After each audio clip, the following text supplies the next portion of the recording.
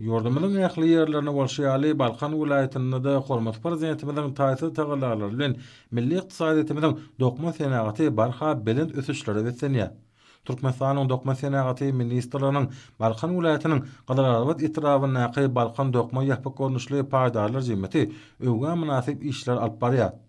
Dünýä belli kompaniýalaryň iň kämil enjamlardyr tilsimatlar bilen bir kensiz enjamlaşdyrylan bu toplumda häzirki wagtda döwrewap işler üstünlikli amala asylýar.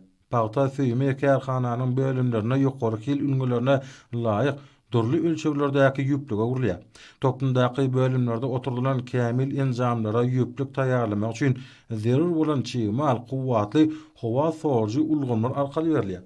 Ýönet enjamlar tilsimatlaryň kömegi arkaly süýme kabul edip ony hil boýunça toporlara bölýär we darajy enjama geçirýär. Toplumyň ikinji bölümine taýýar ýüplü kompýuterlaryň kömegi bilen dowly awtomatlaşdyrylan enjamlarda zerur hasaplanan ýogunlukdaky sapaklary öwürlýärler.